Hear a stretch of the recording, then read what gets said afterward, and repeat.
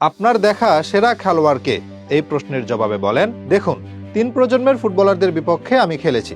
একজনকে কিভাবে বেছে নেই বলুন তো? Zinedine Zidane, Ronaldo Nazario, Lionel Messi, Cristiano Ronaldo, Iniesta, কত সেরা ফুটবলার রয়েছেন। তবে যদি একজনকেই বেছে নিতে হয় তবে সে নেইমার। খেলোয়াড় ও মানুষ হিসেবে সে যেমন, তার অন্তত 5টি ব্যালন ডি'অর জেতা উচিত ছিল। এই কথাগুলো কোনো সাধারণ ব্যক্তি বলেনি, বলেছেন ফুটবল ইতিহাসের অন্যতম সেরা গোলকিপার, তর্ক সাপেক্ষে সর্বকালের সেরা গোলকিপার জিয়ানলুইজি বুফন। এরকম একজন খেলোয়াড়, কিংবদন্তি গোলকিপার যখন নেইমারকে নিয়ে এত শক্ত মন্তব্য করেন, তখন বুঝে নিতেই হবে নেইমারের মাঝে সেই প্রতিভাই ছিল যা আলাদা করে নজর কেড়েছিল তার সাবেক পিএসজি সতীর্থের। শুধু ভাগ্য আর ইনজুরি নেইমারের সহায় হয়নি।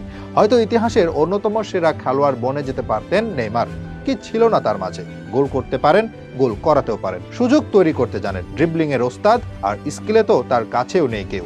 এত সবকিছুর পরেও ভাগ্য সহায় হয়নি নেইমারের। ইনজুরি আর কিছু ভুল সিদ্ধান্ত তাকে সেরা হওয়া হতে সরিয়ে দিয়েছে। 2021 সালের কোপা আমেরিকার ফাইনাল হেরেছিল ব্রাজিল। তবে সেই ফাইনালে নেইমার যে পারফর্ম করেছিল, সেটা ফাইনাল ম্যাচে পরাজিত দলের হয়ে করা পারফর্মারদের মাঝে সবার উপরের দিকেই থাকবে। সেদিন নেইমারকে নিয়ে হিমশিম খেতে হয়েছিল পুরো আর্জেন্টিনাকে। নেইমার সেদিন কতটা ভুগিয়েছিল সেটা এমির কথায় পরিষ্কার। তিনি বলেন, শেষ 25 মিনিট সে ছিল অপ্রতিরোধ্য। আমার মিডফিল্ডাররা চেষ্টা করেছিল তাকে আটকাতে, তবে পারেনি। আমার ডিফেন্ডাররা চেষ্টা করেছিল তাকে আটকাতে, তবে ব্যর্থ হয়েছিল।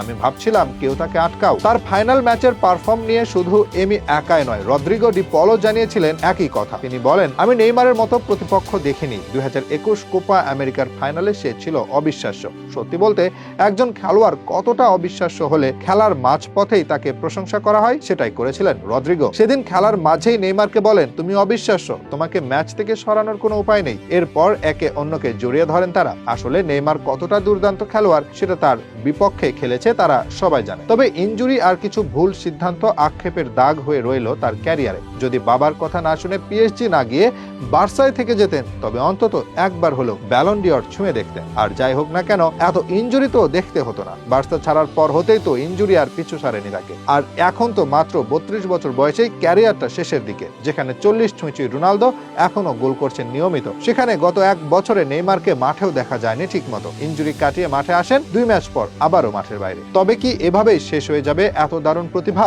যদিও তার অপচয় তিনি নিজেই করে ফেলেছেন।